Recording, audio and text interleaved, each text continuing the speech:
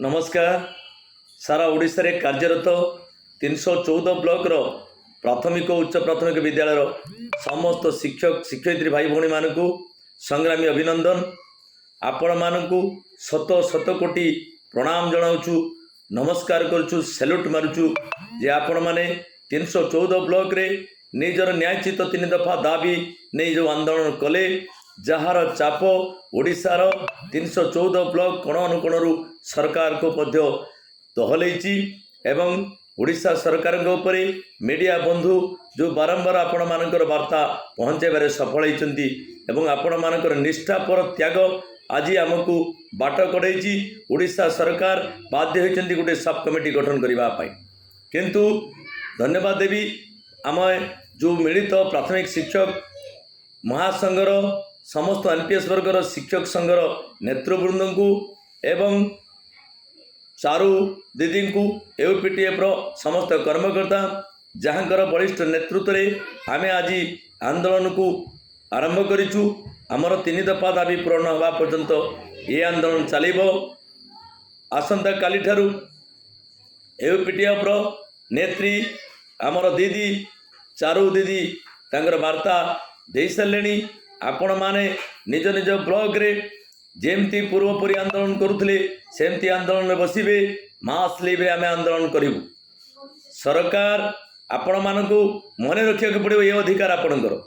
आम मान्यवर मुख्यमंत्री निर्देश क्रमे 5टी सचिव 30 जिला गस्त कर 30 जिला जितेबाला गस्त कर विभिन्न एनपीएस संगठन शिक्षक नेता माने निजर दाबी 3 दफा दाबी संबलित दाबी धरी वर्षा एवं खरा को खातिर न करी 3 घंटा 4 घंटा लंबा धाड़ी रे छिड़ाई मध्य दाबी प्रदान कर किंतु सरकार आम दुख बुझी ना। तेणु आपण मानक निष्पत्ति दृढ़ भाव में नवाक पड़ो जे आंदोलन आपण मानकर ये आंदोलन को आपण माने चालू रखिबे।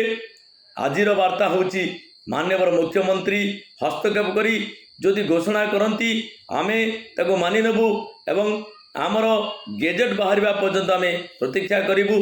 तेणु बंधु मानू मोर निवेदन आपण माने 314 ब्लॉक रे भयभीत न होई कहार भय रे बा कहार निर्देश रे डरबार नहीं। आमे समस्ते एकाठी अच्छु यूपीटीएफ बैनर तले आमे समस्ते एकाठी एकमन होई लड़ाई करुचु। यही आह्वान आपण माने चारू दीदींकर निर्देश निश्चित भाव में आपण मानक पाखरे पहुँचबो। मु मध्य मोर संगठन समस्त कर्मकर्ता क्लस्टर लेवल कार्य करथवा समस्त शिक्षक बंधु मानक अनुरोध करी ये अधिकार आमर 2017 मसीह आम आंदोलन करुचु। सरकार आमको गोटे पर गोटे टाइम नहीं जाइछंती। आपण मानकर ये मन थिबो आपण माने अनेक समय नेतृत्व को आरोप करती किंतु मैं आपण मानक अनुरोध करने चाहे सरकार तांको छलना करी आमको ठगी। 2022 मसीह नवेम्बर मास आंदोलन होता 5 जन को नहीं हाइपर कमिटी गठित होता 2टी बैठक रे शेष करी आमको दाबी पूरण करेंगे बोली प्रतिश्रुति देते। परवर्ती समय इंटर मिनिस्ट्रियल कमिटी गठित होता इंटर मिनिस्ट्रियल कमिटी मध्य आम दाबी पूरण करेंगे बोली प्रतिश्रुतिबद्ध थे। वर्तमान सरकार सब कमिटी गठन कर कमिटी एवं सरकार आम बारंबार आलोचना करूँ। सरकार को आम सहयोग करूँ। ओडिशा सरकार माननीय मंत्री मानक आम बारंबार भेटीचु। ओडिशा सरकार विधायक मानक आम बारंबार भेटीचु तांको जरिया वार्ता देचु किंतु आम मानक धैर्यर परीक्षा सरकार नहीं।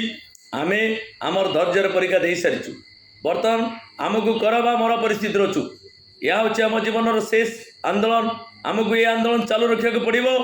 आपण माने निर्भीक भाव में निजर अधिकार को निजे सब्यस्त करने विद्यालय परित्याग करिया पड़ो। स्कूल ले ताला पड़ो। स्कूल ले कौन हम न हम से विषय सरकार चिंता करेंगे। ये परिस्थिति में सरकार दायी रही कारण जितेबाला आम 147 एमएलए मान पाखक जाई प्रति निर्वाचन मंडली शिक्षक शिक्षयित्री तार दाबी पत्र देउथला एवं मान्यवर मंत्री मानकू आमे नेतृस्थानीय लोक सब बेले देखा करिचु आलोचना करिचु। वरिष्ठ विधायक जो मैंने सरकार मुख्य विधायक अच्छा सहित आम बारंबार आलोचना करूँ। ओडिशा सरकार विद्यालय गणशिक्षा मंत्री सहित सचिव सहित आम बारंबार आलोचना करूँ। आमर चेष्टा सरकार निष्पत्ति को सम्मान दे आम चलीचु। आज आम अनुरोध करूँ मान्यवर 4 कोटी ओडियांकर लोकप्रिय मुख्यमंत्री आम दाबी हस्तक्षेप करंतु एवं आमर दाबी को पूरण करंतु।